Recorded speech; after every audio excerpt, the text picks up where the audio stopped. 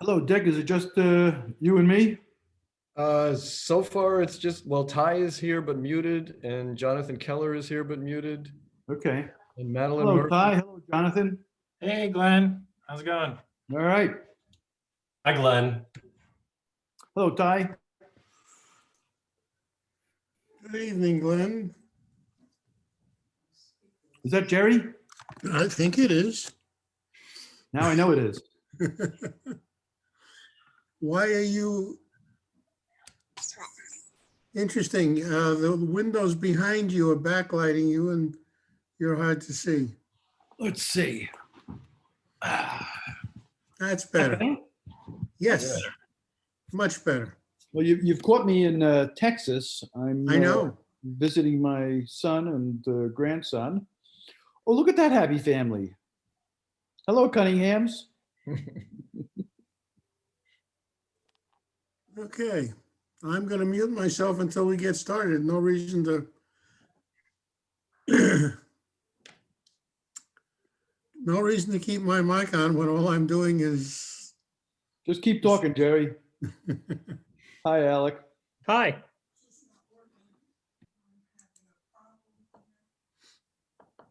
Yeah, there we go.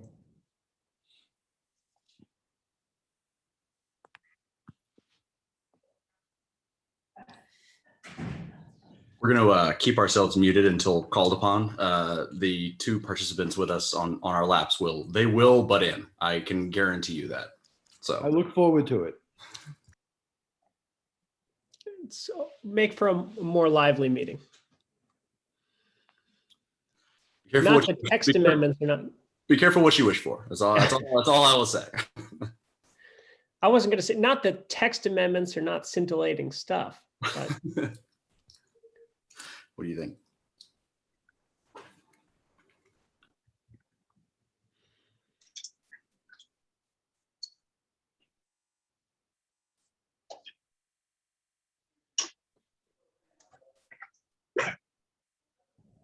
So just to amuse everybody for a minute, in my office, Valentina was going to be driving the show here, and with me talking, she just went down to get a bite to eat and got stuck in the elevator. Oh, gee. So the good news is she just walked in, so she's firing up her computer and getting ready to help. But in the Hooray. meantime, I think my blood pressure went up a little bit. Imagine how she felt. Yes. Yeah, and we should thank the New York Fire Department because they let her out.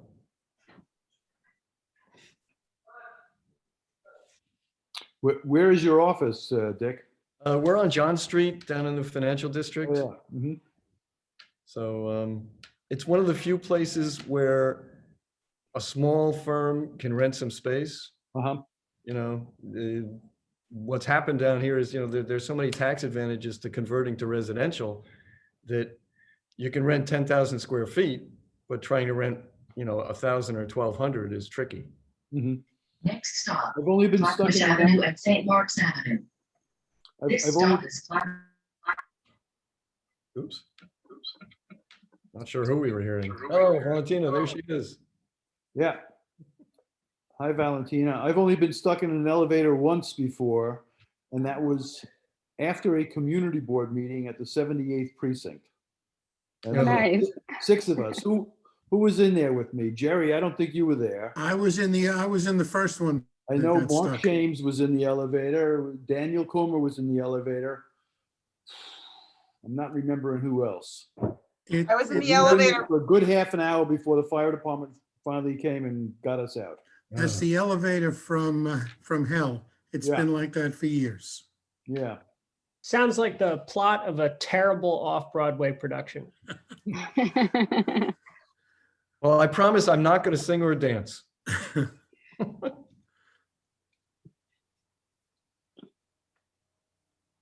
So do we have, is David going to be joining us today? Ty was talking to me as though he was, so I assume yes, but Okay. As far as I know, he should be here. Yeah.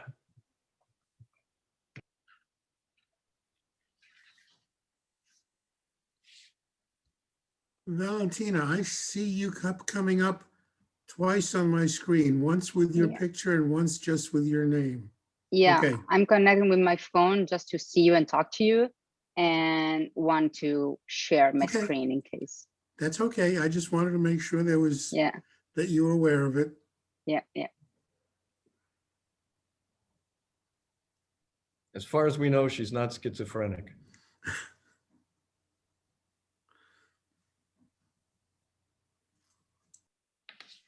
All right, I'm gonna get rid of my chat. It's a little better.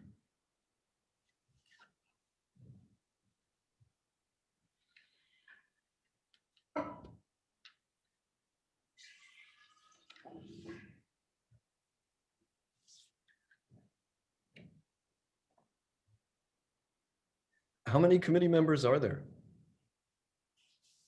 There are 21 on the committee. We need at least 12 for quorum. We have 9 right now present. Okay, I see David has joined us. And Bob, so that makes 11, right? I think Bob makes 10. Okay.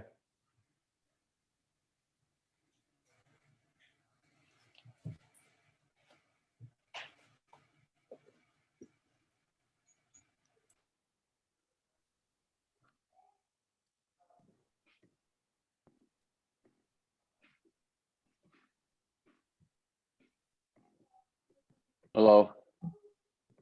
Hi. Said hello to who or what?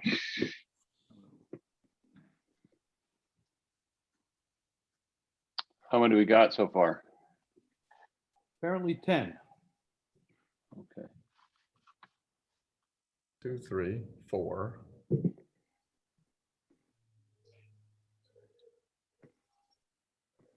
Ty, are you on? I am. I'm trying to count.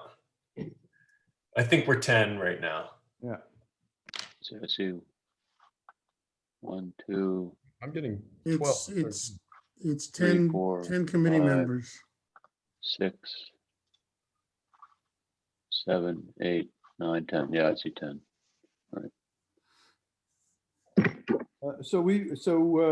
Jonathan, Jonah, you guys are going to be presenting a text amendment. We don't have to vote on that, I assume.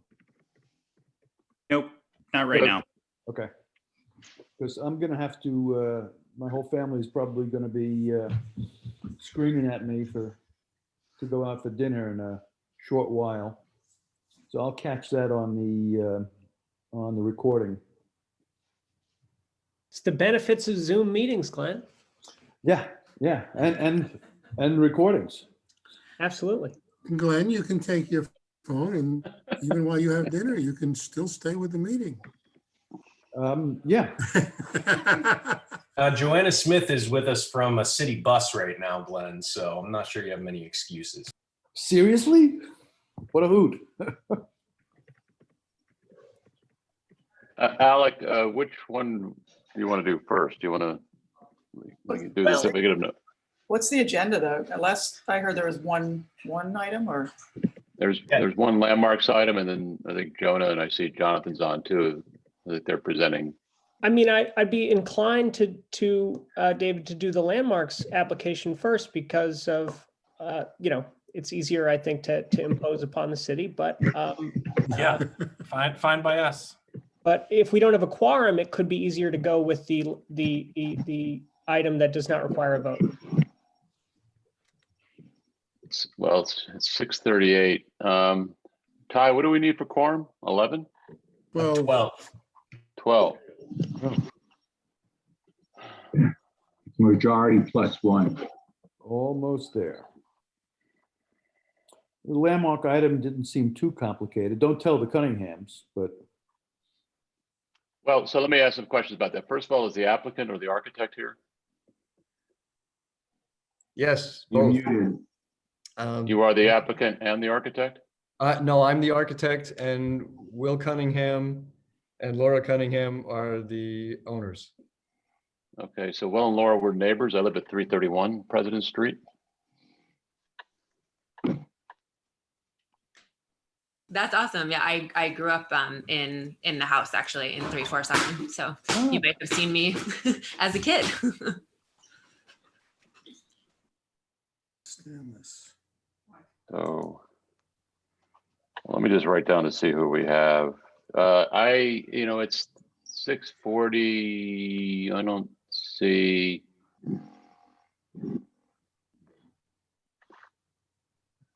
So I guess I just, is there anybody else from the community who is here for 347 President Street to comment on it? Folks, if you're on the attendee side and you want to comment on 347 President, please raise your hand. We're just trying to get a rough estimate to see who's here for that.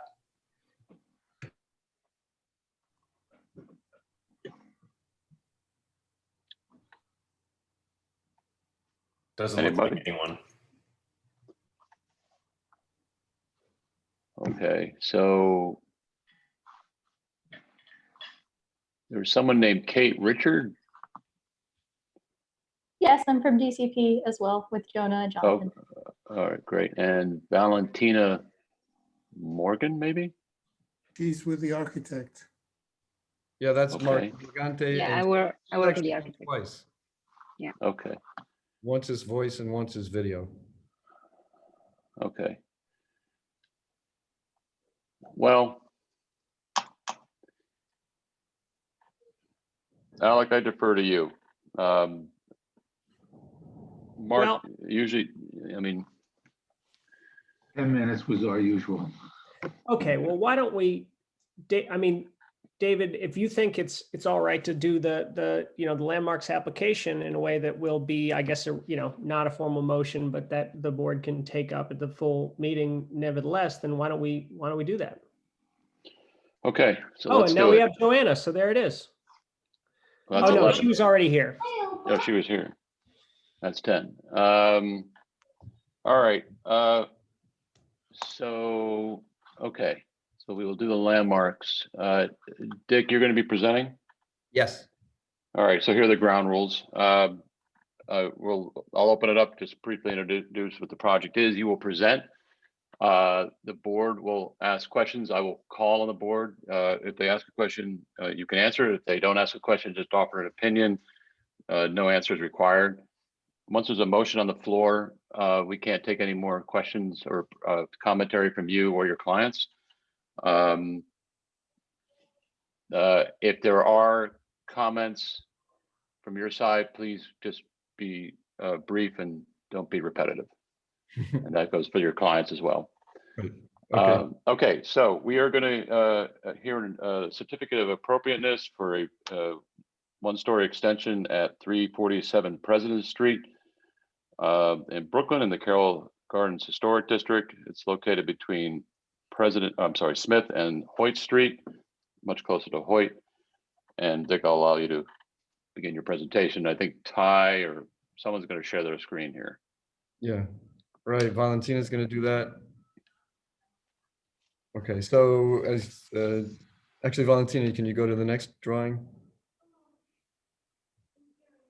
Okay, so on the upper left is the description of the district. In the middle is the block that we're talking about. That's President Street on the bottom. I don't know if you can see can you see when I move my cursor? Yes. Yes. Oh, okay. So this is President Street. This is Hoyt. Up here is Union. And the red property is the property in question right there. And the dark red in back is the addition that we're talking about. It's a one-story addition on a three-story row house. And these other ones are other additions that are already there. This is just a close-up of that. So Valentina, let's go to the next slide. This one is the existing conditions. Hang on a second, I'm just making it so I can read it. These little black marks up here are showing where these photographs are taken. This is the front door. And that's That's the house we're talking about. It's a basement plus 2-story, as are all of the first, I would guess 15 from Hoyt Street towards the west. This is viewed from the top of the stoop. This is the backyard, and the reddest one is 347. That's the property we're talking about. Right now, it's got an awning on the back and a back deck, which is wood and not compliant, and we're getting rid of that. This is viewed from the back deck towards the backyard, looking at Union Street. This is, David. sorry? Bob, what's that, Bob? Yeah, I don't know if I missed it, but I didn't hear anything on what you're doing, so it'd be helpful to know what I'm looking for. Oh, I'm sorry. Not there yet. Thing I know. So he's but- not there, but Bob, let's let Dick go through it, and it's a 1-story extension at the rear, so. Okay, that's it. Okay. I thought there was something on I the said that, and then I think Dick said that, so go roof. I ahead. thought there Dick. was something on the roof too. I'm sorry, Dan. That's why. Well, he'll keep going. Dick, please take us through, sorry. This number 6 is looking at the backyard. Number 7 is looking from the backyard towards the east at the backs of the other buildings. This last one with the 2-story addition is on the corner of Hoyt and President. Yeah, which you can see in photo 8, that's right here. And this one right here is our building, I think. Is that right? Oh, it's this one. Whoops, I take it back. It's the one that has the white thing pointing to it. So it's the back is visible from Hoyt Street. This is one of the 2 places where the back is visible from any public way. It's the east side of Hoyt Street, about halfway between President and Union. These 3, the bottom 3 are photographs of the existing condition from the rooftop. This one is looking at the donut in the middle from looking towards the west. This is our property right in the middle that we're talking about. And the one on the right is actually pretty useful because it shows this building in the middle blocks the view from Hoyt Street, but on the left is close to Union Street, and that's one place where you can see the back of the building. And on the right is another spot which currently has a temporary boiler in there for the school. But from the middle of the street and from the sidewalk, you'll be able to see the back of our. So Dick, it would be best, instead of just narrating this, you actually show us the images that show those views. Okay, Valentina, can you zoom in on number 11? Oops. Oh, that's on the next sheet. Yeah, Yeah. I know. I'm trying to help you. Thank you. So Valentina, let's skip down to the images. So those are from the front, from President Street, and these ones here. Oop. So 2 and 3, 2 shows the existing view from closer to President Street on Hoyt. This is actually from the middle of the street because, like I said, there's a temporary boiler on the sidewalk itself. But 347 is this property right here, marked with that. And right here is where the addition is going to be. And drawing 3 shows a person with their eyes 6 feet off the ground, looking at the addition, which is this little part right there. That's the part that's visible above this 6-foot fence on the corner. Right. And the drawing, the plan on the left shows the 2 spots where these are from. This is from viewpoint 4 right here. That's what we're looking at right now.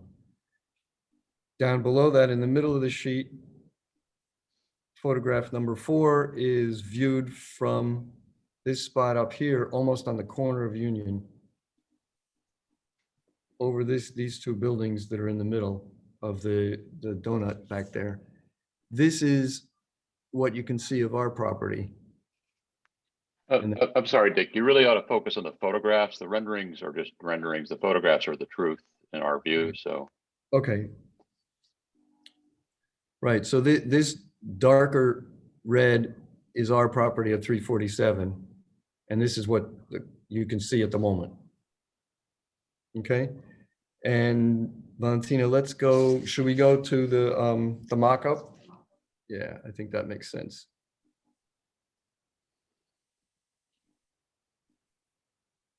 So the mock-up, this is view 6, right? Valentina, can you zoom in on that?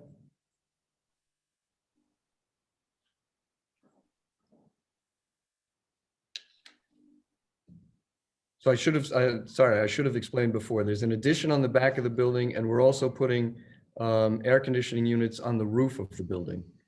And what we did is took the mock-ups for basically cardboard mock-ups of the AC systems. Those are on the right. Valentina, can you show those with Will in the backyard? Yeah. So those are 2 of the air conditioning systems. There were 4 of them up there. The other 2 are shorter. That's Will with them. He went up on the roof. And let's go back to number 6 again. He went up on the roof and held them in the spots where they're going to be. And what you can see, Valentina, if you can zoom in on that. What's important here is that you can see Will standing there inside that little red circle, but you can't see any of the air conditioning units. So from this point of view, there's no change at all in the view of the building. But from the one on the right, just to the left of that, sorry, Valentina, I guess it's, yeah. From here, this is our property. You won't see anything on the roof, but you will see right here a little bit of the extension.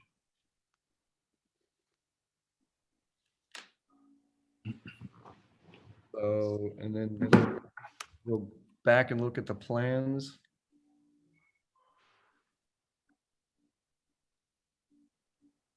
Actually, this plan right here on the left is perfect, right?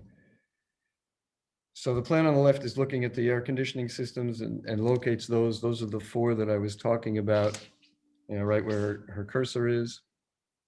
And the mock-ups that he was holding were the same height as the units will be sitting on top of their dunnage.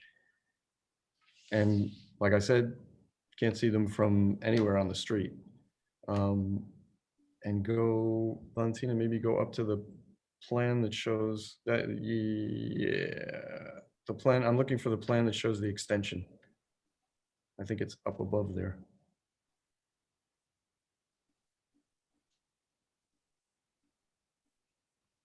Yeah, here's, okay, so this is another important diagram. The one on the bottom shows the 6'4" person looking at the air conditioning units on the roof. And the gray over here, this gray 1-story extension, that's the new extension, right, which obviously isn't visible from President Street, and maybe the top, I don't know, 1/5 of it or less is visible from that one spot on Hoyt Street. And that's, Well, why don't, so Dick, 2 questions. Yeah. First of all, you're showing a view here in this drawing from the other side of President. Do you have a view from Hoyt going south towards Carroll? Because that's you can see the building from there. right. That's, yeah, this one here, it's number 2 on that sheet right there. No, that's going north, going south towards Carroll. Yeah, you, no, we don't have a photograph from there. Okay, okay. Second question is, did you What take, does- this is a, hold on. This is an unusual way of doing a mock-up. This is the first time I've seen this kind of approach.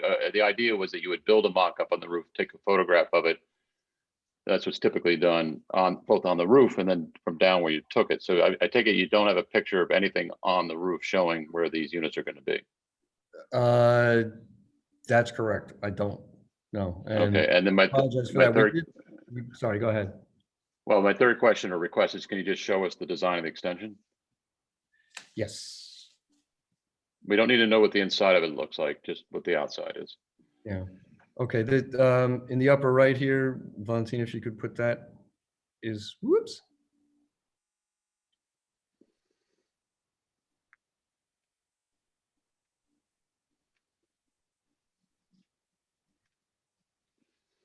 Oh, okay. So can you slide it up a little bit, Valentina? Yeah. So this part right here is the one-story extension. It's 13 feet and a little bit into the backyard, which still leaves a big backyard. And it's basically full width on the whole property. Goes back 13 feet. Not sure what else to say about it. The idea is that it's going to be it's stucco on the outside. It's steel frame construction or light gauge metal construction with stucco on the outside, which is going to be painted to match the paint on the back, the brick on the existing back wall. So it'll blend in pretty well. Valentina, can you run and go to the section? Yeah, that's the existing section. So that's it on the back right here. Right. The floor is going to step down, but the ceiling is not quite 8 feet high on that floor. It's pretty low.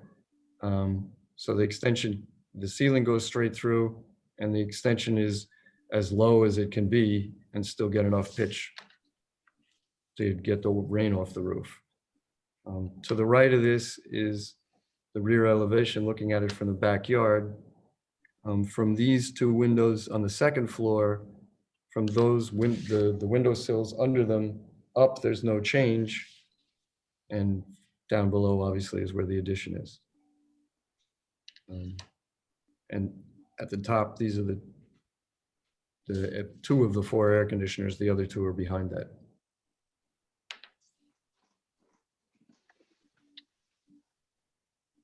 Okay, does that cover it? Yeah, I think so. Any questions about what we're proposing? Yeah. Anybody have any questions on the committee? We'll start with the committee first. I guess I can't see. Ty, you'll have to help me out here because I can see Allison, I think, had her hand up first. All right, Allison. Yeah, hi, thanks. Maybe I missed it, but did you describe like materials and things like that of the addition? Yeah, I'm sorry, it was pretty quick. It's built of light gauge metal construction. On the outside is stucco that's going to be painted to match the painted brick that's on the upper 2 levels. So it'll be like a red stucco, like a dark red stucco.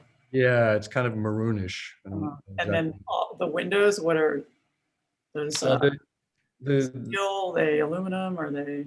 The double hung windows that are there are existing. The ones below are, yes, they're aluminum, and they're actually sliding doors. The 3 panels on the left open up in an accordion, and then the one on the right is a hinge door. The color of the frames, I mean, is it black or is it? Yeah, it's black. Okay. Right. Okay, thank you. Mm-hmm. Joanna? Hi, yeah. Just wanted to reiterate that the stucco really needs to look like the brick. I can't quite visualize how it'll look, but that would be important to me, given that you can see it from Hoyt. And similarly, now what you're saying about the doors being some special fit, my suggestion was going to be if you could lower the fenestration on the addition so that it can't be seen from the street, because I'm thinking about it being lit up at night and things. But I don't know if that's possible with what you have in mind there.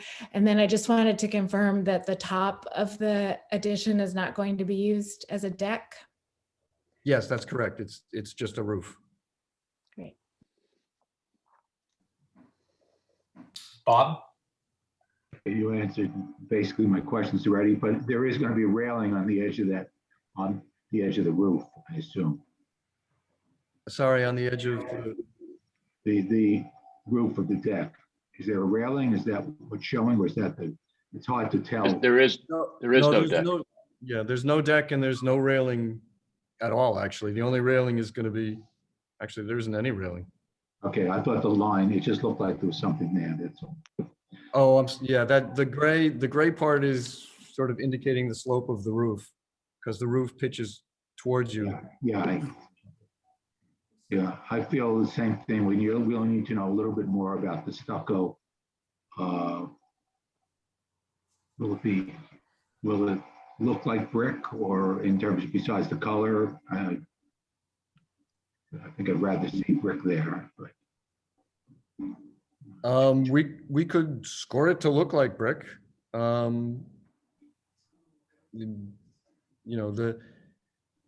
was trying not to use a brick veneer only because that's 4 inches thick and is going to take 4 inches away on both sides from the interior space. The sides I guess the sides I don't mind as much as the back, the visible part. Yeah, the back is visible from Hoyt Street, but only at a pretty oblique angle. Maybe it would make sense, Valentina, to go back to that photograph. You see the top little section, but. Right. It's this one, number 2. And I guess let's zoom in on that. Yeah. So you can see, and the number 3, I realize is not reality, but it helps show that a little bit of the extension is visible, but that part, actually, hang on, Valentina, this little part right here is the only part of the back facade that you're going to see, and you're seeing it at a pretty flat angle. Looks like enough down there, you should see the glass. Is that not true, or is that? I think you might see a little bit of the glass. You don't show that, so it's a little, it's not Right. a very good view or rendering. I see the glass. He's Yeah, showing this it. gray part right here. You see a little bit of the glass. Oh, okay, I see. I was looking at the side thinking that was the back. Okay. Yeah, I see. Right. Other questions? Jerry? Well, most of what I had to say has already been asked. I agree with all the comments. I think the rear facing part of the addition should be brick. The sides can be stucco.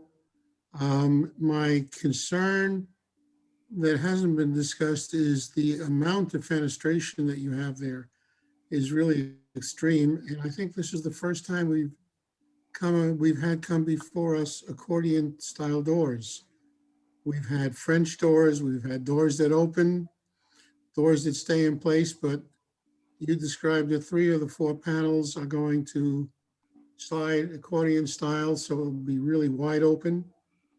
Basically 3/4 of the addition at some point can be open.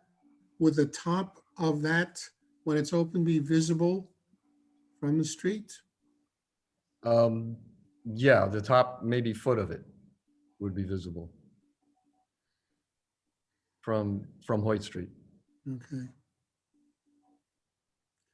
And as far as the dunnage is concerned, I have no problem with that, and the AC equipment on the roof, it's as long as it's not visible from the front. But I do have a problem with the extreme glazing on the back, fenestration, and the fact that the upper portion would be visible, especially at night, obviously when the lights are on.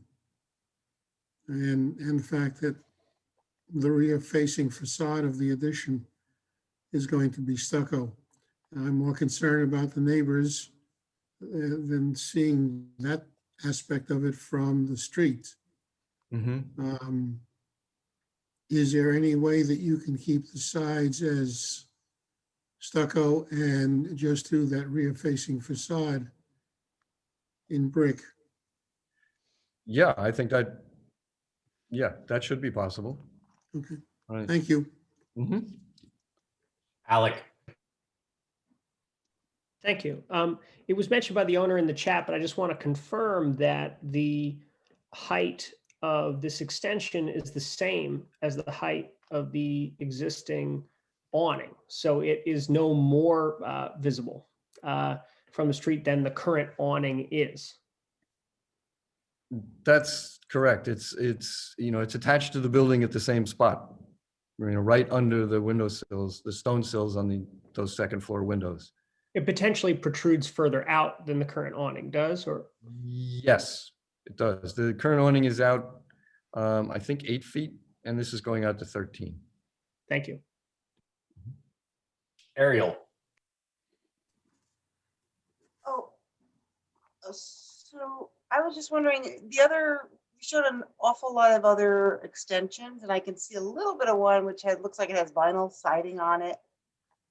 And so I'm just, I'm questioning, for me, hopefully you're doing the most energy efficient addition you can do, and that the glass is triple pane, and that you have all your, you've got the highest R value you could possibly pack into that because it's a lot of glazing. That would be my concern. That has nothing to do with landmarks, but that would be what I would hope for. And I wouldn't be so concerned with, given that you can barely see it from the street, and given that the other, I don't know if all of the other extensions are equally as, random as the one that I can see a little bit of, but otherwise I think it would be fine. It's essentially, it's a deck that's got a little bit of glass on it to close it. Yeah, that's kind of how I think of it. Yes. Allison.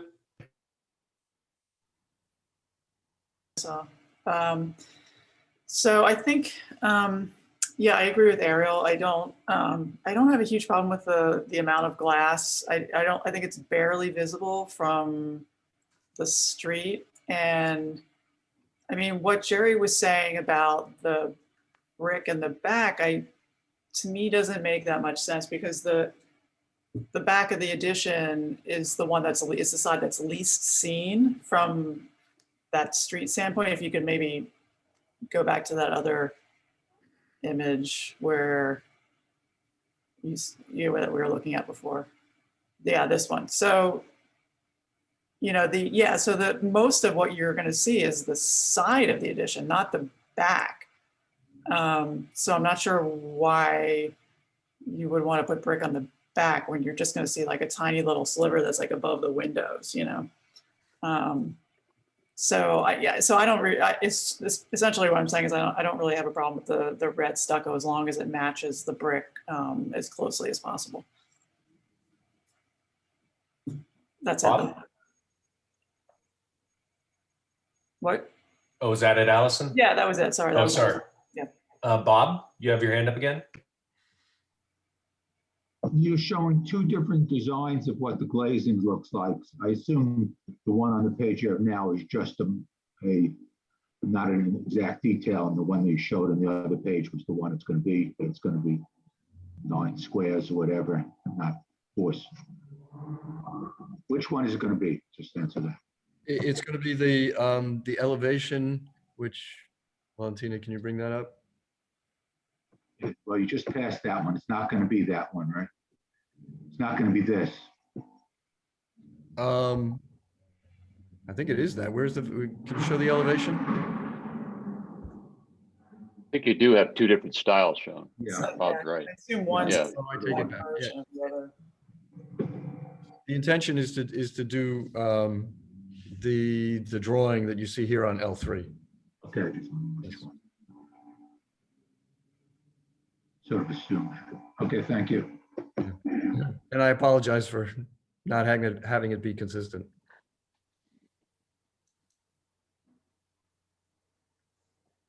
Jerry? David, can I make a motion or are there other people still? Well, Yes. I'm ready for that, but I'd like to share a couple thoughts here. That's why I'm asking. I appreciate that. Ty, what is the notice provision in terms of neighbors for a project like this? Everybody within 50 feet? I don't think it's quite 50 feet for this particular one. We had them do, they have postings at the corners of, on both intersections. And I think we just leaned heavily very much on our email list. Okay, well, I have to ask the Cunninghams. I mean, did you notify anybody on the block?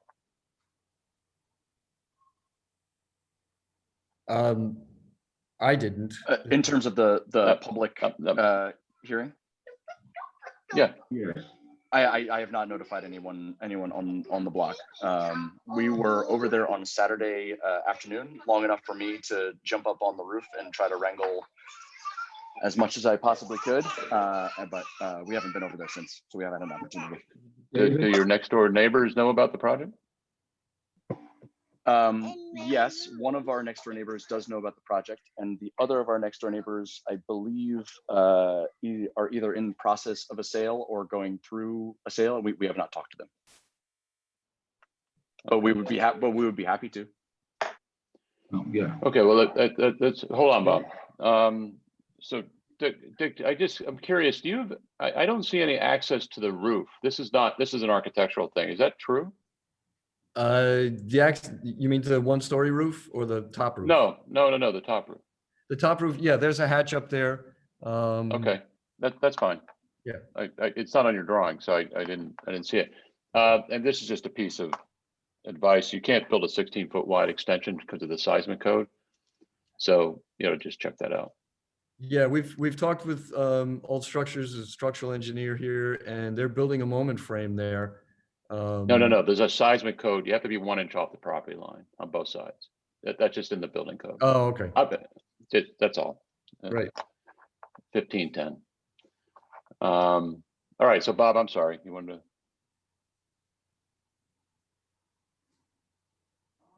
Bob, you there? Yeah, unmute yourself. Bob, unmute yourself. You're muted, Bob. Okay. I said as past chair, it has always been 50 feet for landmarks of leafleting the neighbors. And for larger projects, we treat it like a ULURP and it's a 500 thing. So I mean, it should have at least been the neighbors being asked to come, whether they know about it. They obviously don't know about the meeting. I think we should wait and ask them to do that. And I have to say, I support that only because, as the Cunninghams know, we live on a very opinionated block. And I'm actually surprised that nobody's here.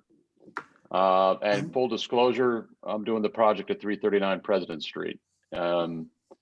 So I'm in the thick of it. I think neighbors should have been notified, at least the next door neighbors. I agree. David? Yeah. I was going to make a motion regardless of which way it was going to go, but based on your questions, I find that if the neighbors on either side and across the way on the back were not notified, that's a problem I have, and I don't even want to make a motion. The only motion I would make right now, based on that, is to table it for a month and to have him notify per our rules and regulations on notification and come back at our next meeting. Because I find it, for a moment, forgetting that the block is highly opinionated, I find it amazing that no one from the block is there. And it doesn't seem to want to make a comment. So my motion would be to table it for 1 month and do the proper notification. That's the motion. I'll second it.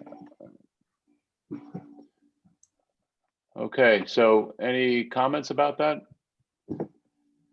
Can I just make a quick comment? No, I'm sorry. There's a motion on the okay, floor sorry. now, so. My mistake. Actually, a motion to table does not allow for any comments. So what does anybody in the, I support this, and I know it's probably frustrating for the Cunninghams, but I do think if we're going to do our due diligence, I would recommend that the committee support tabling it. I would recommend that a proper mock-up is done, and let's get another view from south along Hoyt Street, because that's pretty far back and you might be able to see those units. And let's get the neighbors notified. I agree. Does anybody in the committee object to that? No, I support that. I do see Ariel's hand up. I don't know if you can take Sorry, it. I just wanted to, my understanding, the way it's been described to the applicants is that this is an uncertainty around what's required. And I thought that these were absolute requirements. So are they absolute requirements? Or is it just what the community board likes to see? I'm not sure. No, We do have a. They are, Bob, they can are I, absolute. being the person who deals with this every month, I'm happy to talk about it. We have a series of requirements that include public notification at cross intersections and of neighbors. I was just cross-referencing my emails with the applicant, and it seems like the applicant did everything I asked of them. I did not explicitly ask for the 50 feet. So that's my fault on this particular item, but that is usually something we ask, yes. Okay. And was something posted? I mean, I can walk down there right now and look, but is something posted at the corner? Yes, it is. They fulfilled their posting at the corners, Okay. which was what they're asked to do. And when did that go up? That was up a week ago. It should still be up. So what's missing then? The door-to-door leafleting. I don't know if you guys remember this, but last year we had a woman, my neighbor across the street, who was had this thing with her sidewalk, and she walked around the neighborhood and knocked on my door and handed me something. And she had a damaged bluestone sidewalk, and she wanted to replace it with tinted concrete. Yes. I thought that was a good effort. I think whether it's 50 feet, 25 feet, 500 feet, I do think that if something's coming to a public hearing, it's sort of incumbent on the people doing the project, at least to let the next door neighbors, any adjoining property owners know. And that's why I asked the question.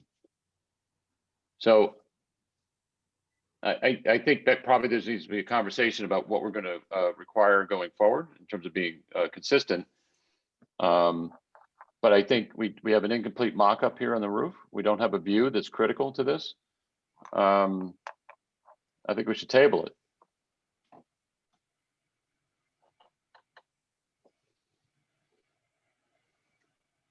I think, David, technically, this motion doesn't require discussion, but we're having it, so the heck with it. I think that combined with the non-notification of the neighbors on either side who will be directly affected by any addition. You're right about, I've never seen a mock-up being held up by somebody. So I think what we have here is an excellent reasons to ask them to come back. And that's the motion. Yeah, and I just want to reassure my neighbors, we're not saying no to the project. We just want to make sure that we're doing our due diligence as people representing the community. And if we come back next month and take care of a couple of these things, it'll probably just go pretty quickly.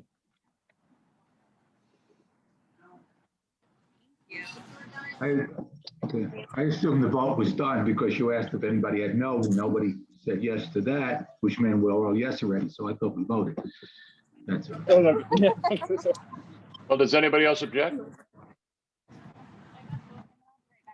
I think I do, David, and only on a simple ground. It sounds like the non-compliance with the notification requirement is, you know, attributable to us. By not sort of letting the applicant know about this one. And, Glenn, can you mute your phone, please? Glenn? Thank you. Sorry, Alec.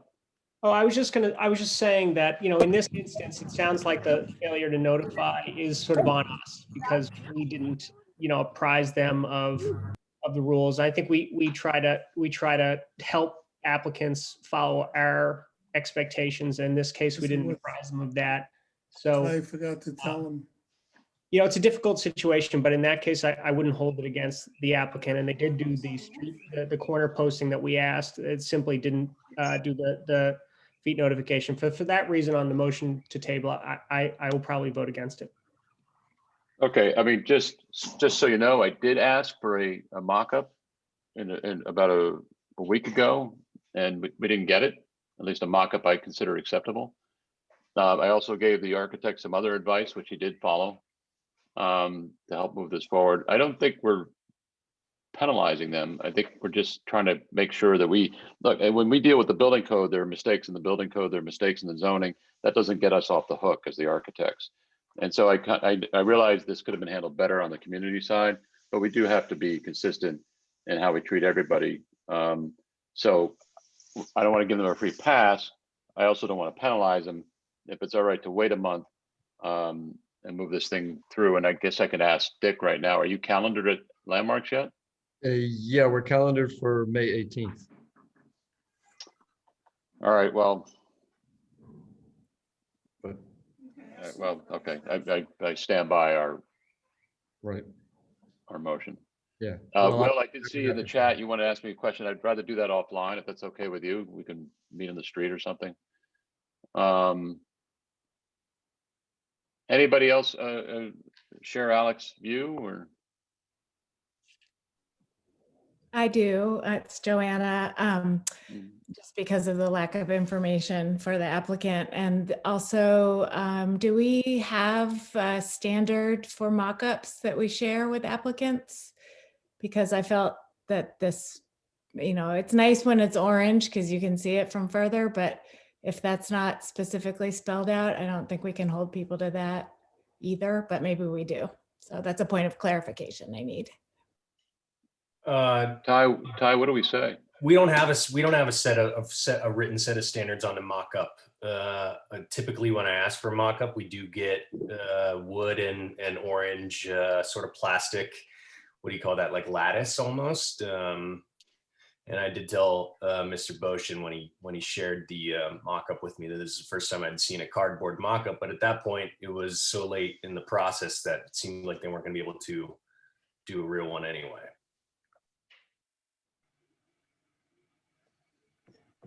I had my hand up, but I didn't press the button.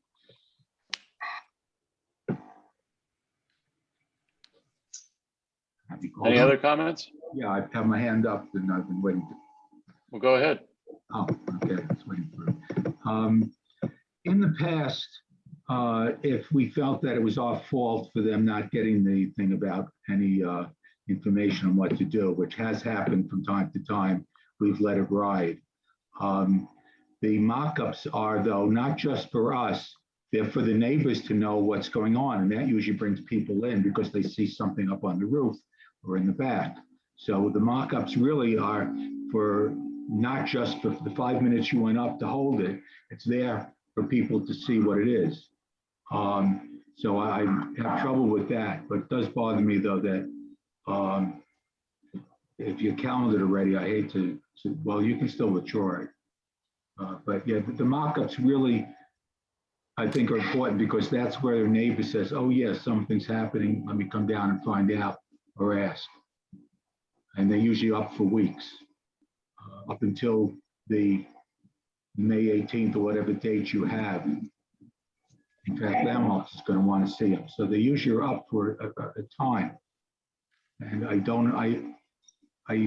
don't see going up there, like you said, holding them up as that's the mock-ups. So I agree with David that we need better mock-ups. And I think if nothing else, that's the reason we should be asking them to come back. Well, we don't have a photo up there of where even if we were to accept the person standing with 2 cardboard boxes. I'm not sure he was holding boxes. I'm not sure he was standing on the roof. I noticed on the elevation, there's one dunnage design done. And if you look at the roof plan, there's a different dunnage design. Dick, you have to make your presentation pretty consistent. And we've already flagged something on the rear elevation where you showed 2 different window styles. We are concerned about the historic district and preserving its quality. So when you come back to us, I would say make sure that the windows are right and that you're either showing dunnage across the roof or you're showing it just on curbs. I'm not sure which one it is yet.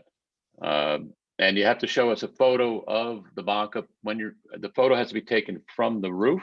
And I think Bob raises an excellent point that when you put the mock-ups up, it flags something to the neighbors and lets people know that's going on. So anyway, I see, I'd like to wrap this up. I see, Bob, you could put your hand down, please. So I see Allison and Jerry. I don't know who went first, but Jerry, go ahead, and then Allison. I also think that the mock-ups are usually required by LPC. I'm surprised that your person at the LPC didn't mention anything to you about something, photos and a mock-up on the roof. Was that mentioned? You can answer that. Right, not yet, but I'm assuming that they would be asking for it, yes. And Well, if they're Mhm. asking for it and we're supposed to have the same input as landmarks, then I think that's another reason to ask you to make up a decent mock-up, come back. And I support Bob's point about notifying the neighbors, then realize something's going on. And I was going to call the question, but Allison has her hand up, at least that I can see, so I won't. Okay, I just had a quick comment. I mean, initially, when it seemed like the applicant hadn't made any notification, I would support asking them to come back. But, once he and Ty clarified that like they did put up the notification, at least that we asked them for, I don't feel like that we should penalize them for that, for not giving them clear instructions. And, this will set them back a month at landmarks. And the fact that they didn't do the proper mock-up, also doesn't seem to be exactly their fault if we don't give them specific requirements, which I assume we always did, but it sounds like there are no specific requirements for how do you judge, how do you build and construct a mock-up. So if neither landmarks or CB6 didn't really give them clear instructions, I don't know. I just think we need to be more clear about that in the future, I just want to say for the record that I actually did write an email telling them to build a mock-up. So if there was clarity needed, they should have asked like, what kind of mock-up you're looking for. Bob, if unless it's just a repeat, can we just call the question? We really...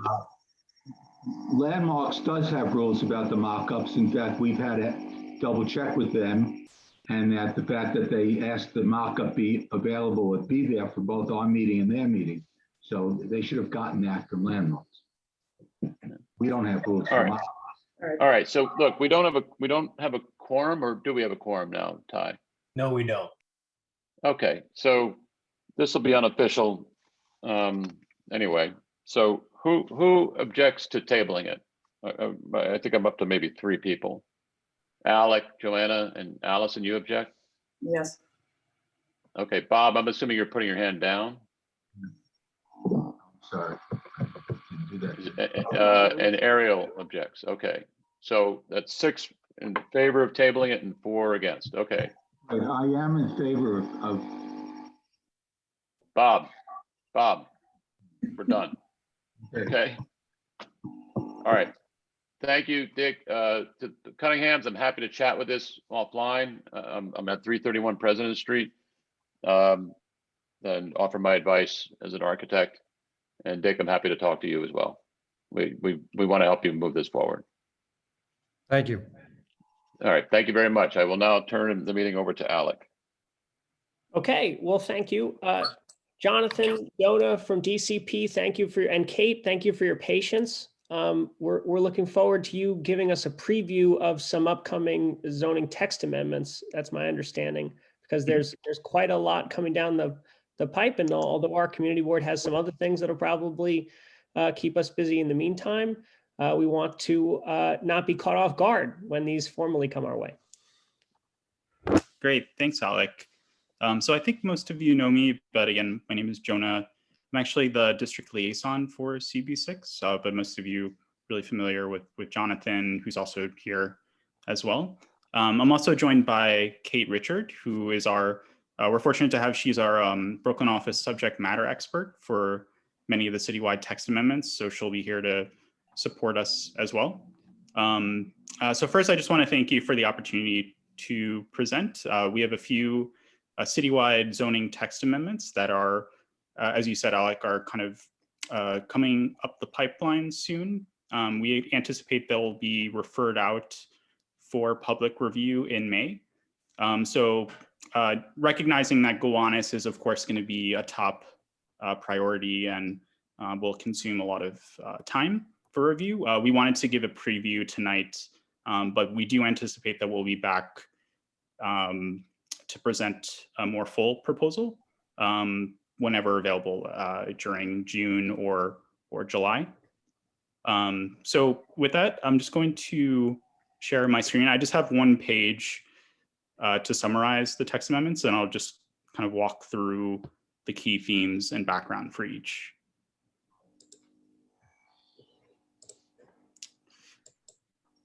Great, everybody can see.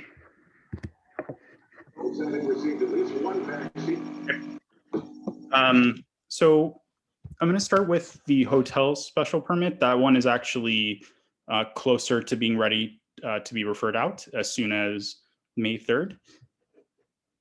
So for a little background, since 2007, the city has added about 54,000 hotel rooms, with about 21,000 that have come online just in the past 5 years.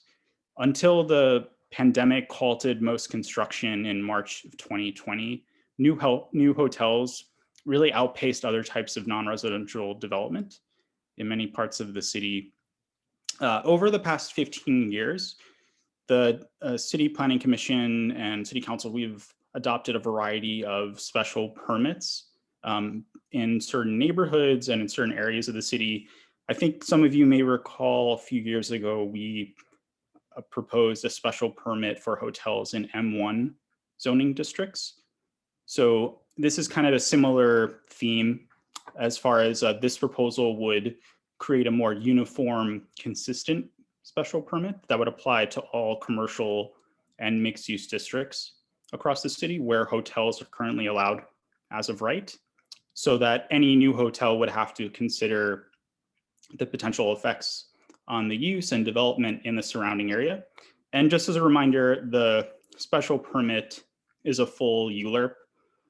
So similar to a zoning map amendment, it would entail an applicant proposing an application to us, which typically has a site plan review, and then it would go before the community board, as well as the borough president, city planning commission, and city council.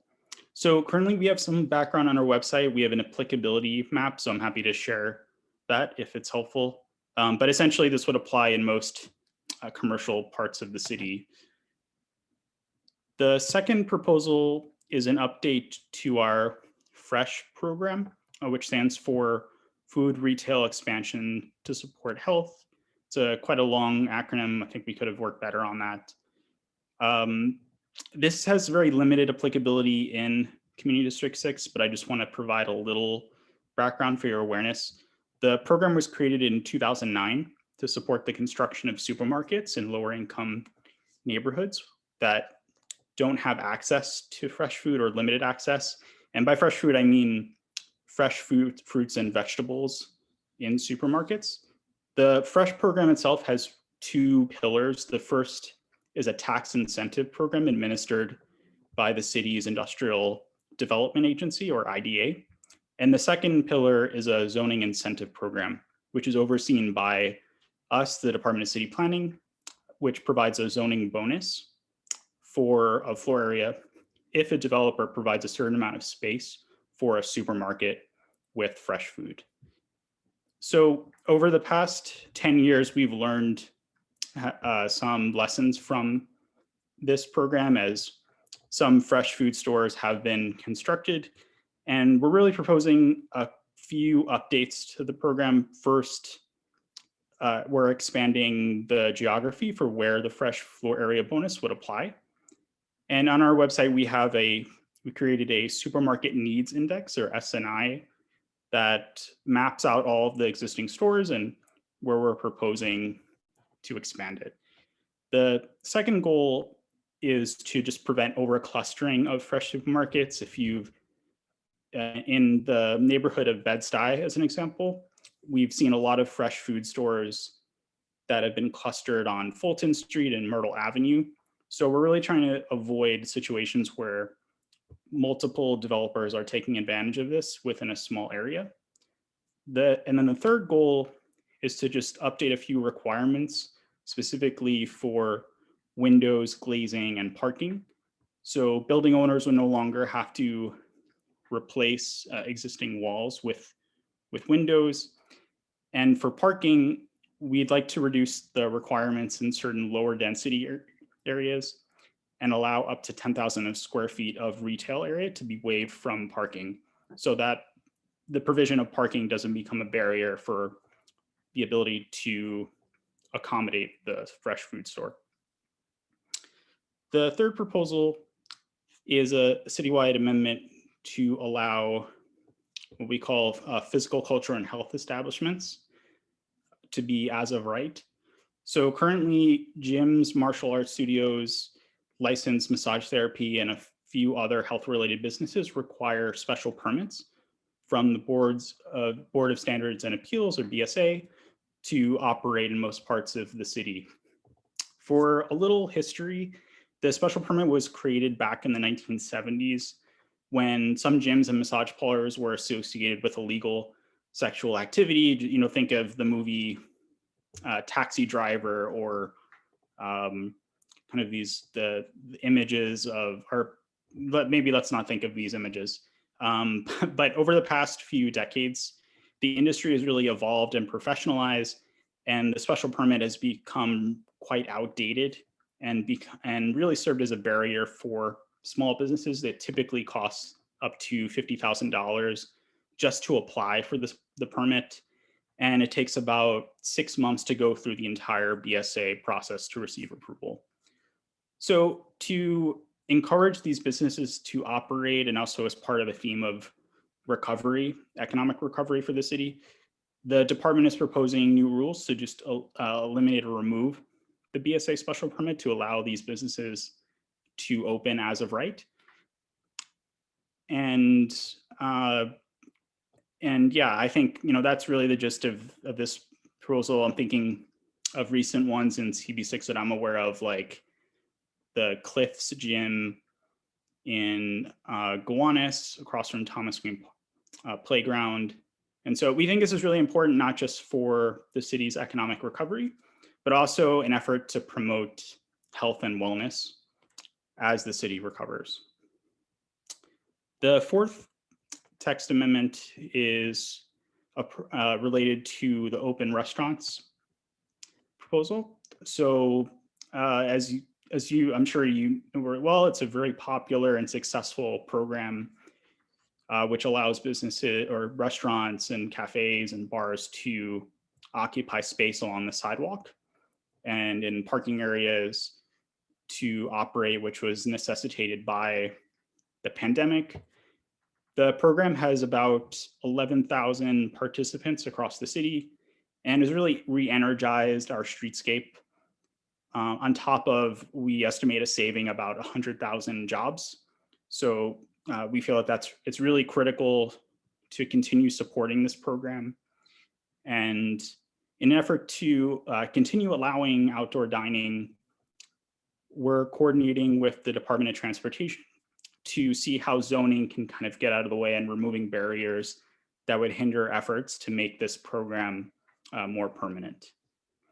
So that's kind of a summary of the text amendments. I believe some of you were at the Transportation Committee meeting last week when I presented zoning for accessibility, which is another text amendment that's currently that we have referred out to the board. I'm also happy to talk about that. But these 4 text amendments are kind of part of a package that we're anticipating to enter public review soon. Yeah,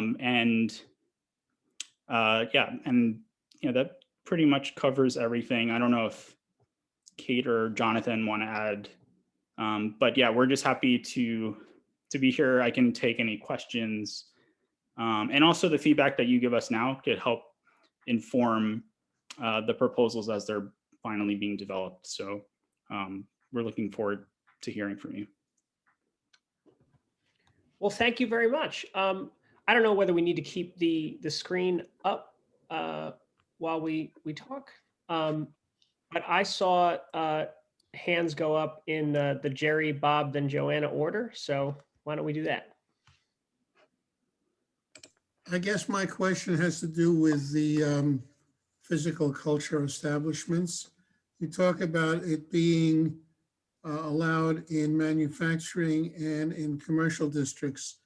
I'm curious, how would you handle, or how is this amendment designed to work in a residential zoned area with a commercial overlay on, let's say, Smith Street or Court Street? Those are residential areas, and you didn't mention that. So that's my only question. Thanks, Jerry. Yeah, it's a good question. So to clarify, physical culture establishments are a commercial use, so they're only allowed in commercial areas and manufacturing areas, which allow commercial uses. Licensed massage parlors licensed massage therapy kind of operates in a different vein. They can locate in residential areas as a community facility. However, I just want to add that for commercial overlays, there is a limit to the size of an establishment to 10,000 square feet. So, and that applies not just for gyms or physical culture establishments, but for all types of retail uses. No, thank you. That's good. That's what I needed to know. Thank you.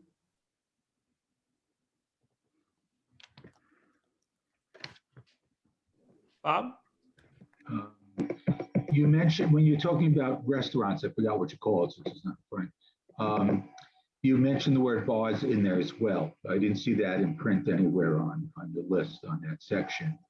I don't have a problem too much with the restaurants, but I certainly really don't want to see bars just overflowing out into the street, out to the sidewalk in between when they're crowded.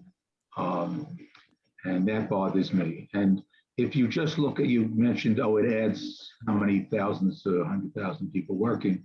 When the restaurants actually open and people are able to go back in, you could just as easily say, well, that'll add 100,000 or whatever, because you have nothing now. So I don't believe your numbers being, it's an extra amount if people are going to go back in. I mean, it'll be more maybe, but one more waiter or something. It's not going to be a big amount. I don't believe your numbers are right on that.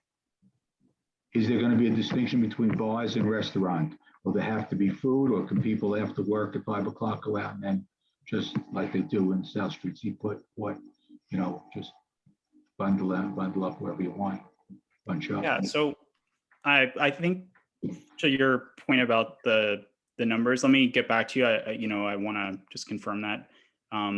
Bars, there's kind of different ways of looking at it. In zoning, bars are classified as eating and drinking establishments and are grouped together with restaurants. The intent of the proposed text amendment is not necessarily to remove regulations that control bars, like from the state liquor authority or the Department of Transportation. It's more to allow zoning to not be a barrier for this, and to have the Department of Transportation take a greater role in that regulation, if that makes sense. So we're not necessarily trying to suddenly encourage bars to operate. It's more about since DOT is really managing the open restaurants program, to put it more in their hands rather than for it to be regulated by zoning. And my other question is, when we get sidewalk permits now or before this, they often had a time restriction on it that was often less than what the restaurant is. You haven't mentioned any of that. Is that, are people going to be able to stay out there till 4 a.m. when a bar stays open, or till the whole time the restaurant is open, if it's 2 or whatever? Or will the streets at least be able, have less time? That is a good question. Kate, do you know? I don't know, but we can find out and get back to you. Okay.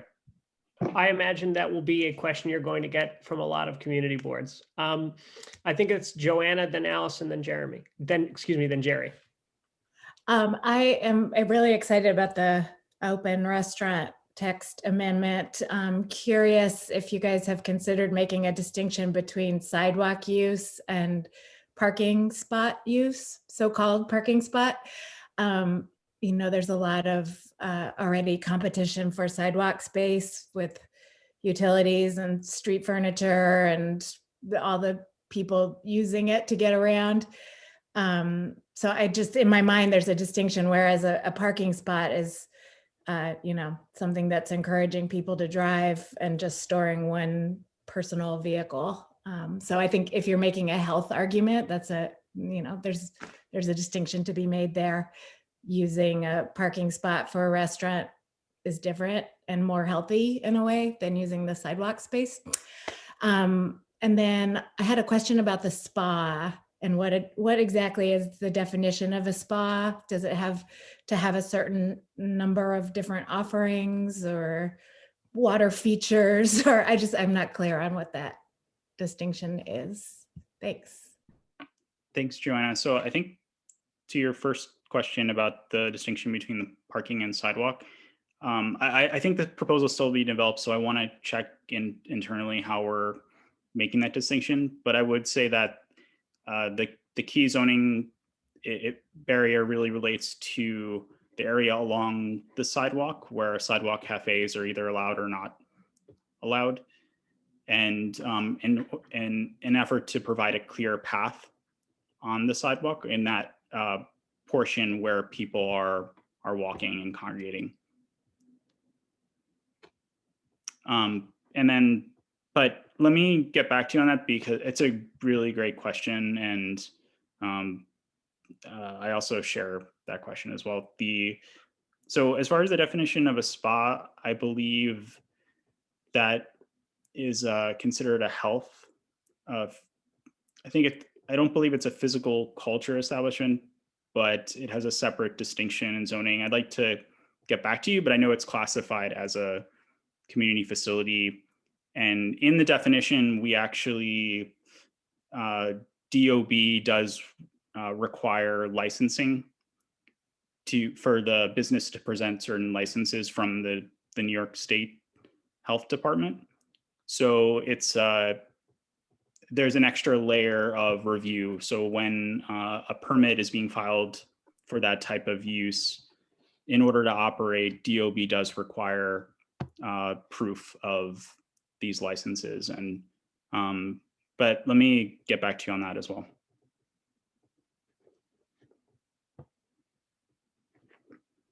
Sorry, I have Allison is next. Hi, Jenna. Okay. I'm all for the open restaurants as well. But I just want to know, or, maybe it's too early, but I feel like there needs to be maybe another agency in addition to DOT overseeing it. And, I'm not sure they're the right ones just because they're taking up parking space, but because, I've seen just locally in my neighborhood, like definitely some fairly egregious, not like taking advantage of the kind of loose rules and in terms of like how these things are constructed. And I mean, just for example, I know the regulations are supposed to be that, the sheds out in the parking, like out in the parking lane, are only supposed to be as wide as the street frontage of the restaurant. But I've seen situations where like the restaurants have gone to like neighbors on the adjacent side and gotten permission and then just built these enormous things. And what's to stop them from just going all the way down the street and doing that? Like, I don't know, you know, so I would like to just make sure that there are that the controls a little tighter in terms of like how large these things are and what the regulations are and what they're constructed of a little bit, and, you know, how the safety, in other words, you know, so. That's really helpful. We will take that back, and it's a really good comment. And yeah, I don't know, Kate, is there anything we can share right now, or should we? I think that's another thing for us to double check and get back to you. Okay, thank you. Okay, I have Jerry, then Ariel, then David, then Bob. Okay, sorry, it just takes me a while to unmute. I'd like to follow up with what Bob said, where is he? Oh, there you are, Bob. And that is about the bars on outside. Most bars have on-premises licenses for on-premises service. They do not have a license for service outside of the establishment. Have you done any research with the SLA and their regulations to see if there will be a conflict in that area? And I would guess the SLA will be the state supersedes the city in this area, but is it smart to create an area of conflict by allowing the bars to expand to outside service without contacting, and you may have spoken to the SLA on this. So have you? As far as I know, I'm not aware that we have. I don't know if Kate, if you are, but I think it's it's a really good comment, and we'd like to check. I think my understanding is that open restaurants has really been governed by kind of the citywide orders or the state orders. And so we're in this period of kind of transitioning to make the program more permanent. And I think what you're raising, Jerry, is really important. So we'll take that back. The state's orders, in fact, even on taking drinks to go, will be expiring in a relatively short time. It doesn't sound like at the moment that it's going to be made permanent. So the existing SLA regulations for on-premises consumption versus outside may come into play. And I would not like to see that the city regulations would be in direct conflict with the SLA's regulations. That's all. So please do some research, because we had one instance on Court Street where one of our local drinking establishments wanted to expand to a sidewalk cafe, and that raised some very interesting questions, and there were limits. So I think you should just investigate. Thank you. I would just say one thing. I think, Jerry, your questions are spot on.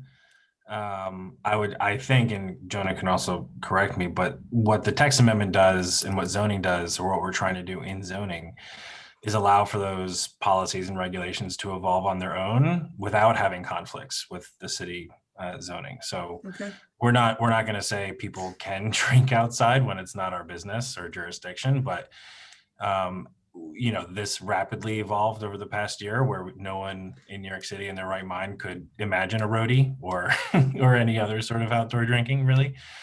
And so zoning is just sort of trying to catch up with this text amendment, but not necessarily forcing anything on the state or anybody else. Okay, thank you. Ariel?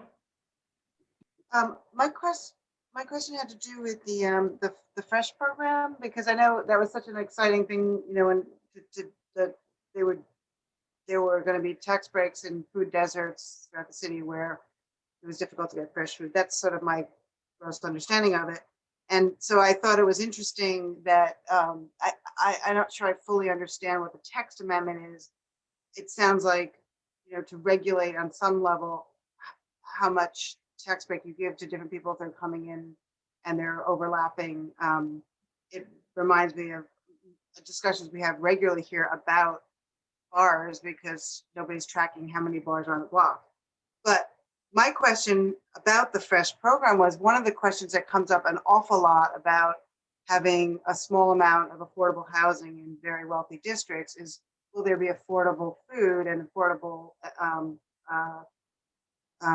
products and stores for people who are at 60 and 30% of median income? And so I don't know if that's come into your thinking at all in terms of ensuring that affordability will be there in higher income districts as well as in food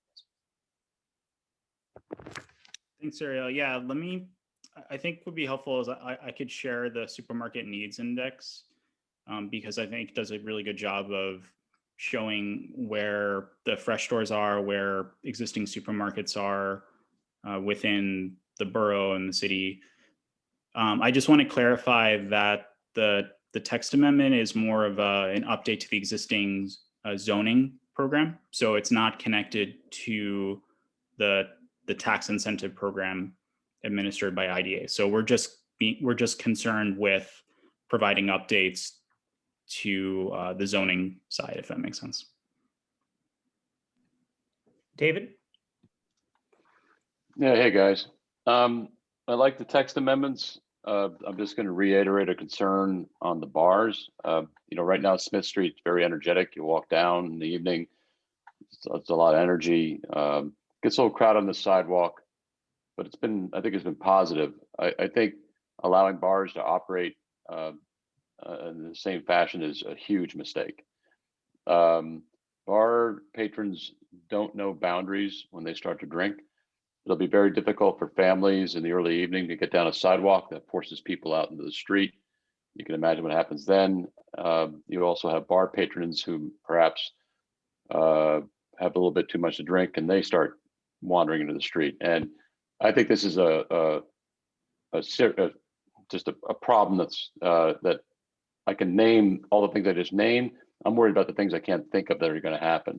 So I would really look at that hard and see if that makes sense. It's been successful so far because people have had to put masks on and still sort of socially distance. As soon as that goes away, I think all bets are off when you have an establishment whose prime business is to serve alcohol. That's it. Thanks, David. Yeah, we'll definitely take a closer look at that. I think you're raising excellent points. And as I mentioned, the proposal is still being developed. So I think this is actually really helpful for us because we can take this back to our central divisions.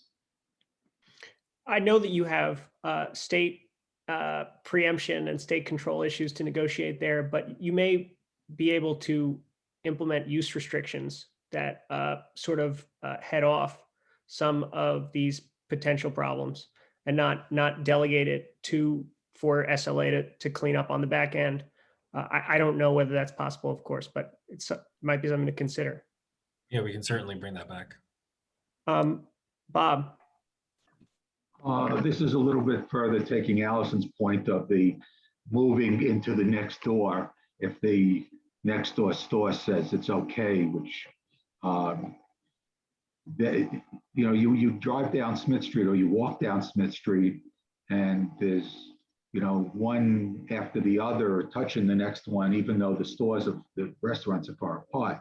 But what really bothers me is if you're in a corner store or corner restaurant that may be 20 feet wide, but 80 feet back because the kitchen there is and everything.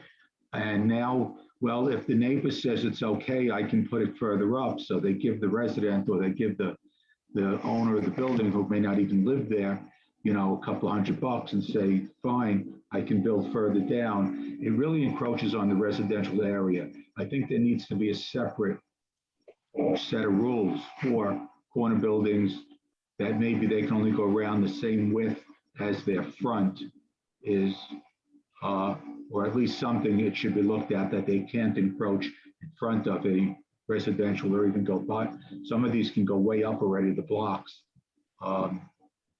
because they have very long stores, restaurant,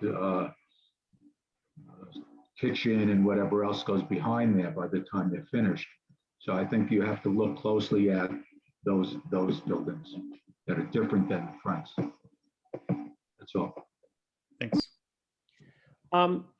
I wanted to ask you about the Fresh program. You mentioned that part of the intent is to curb clustering.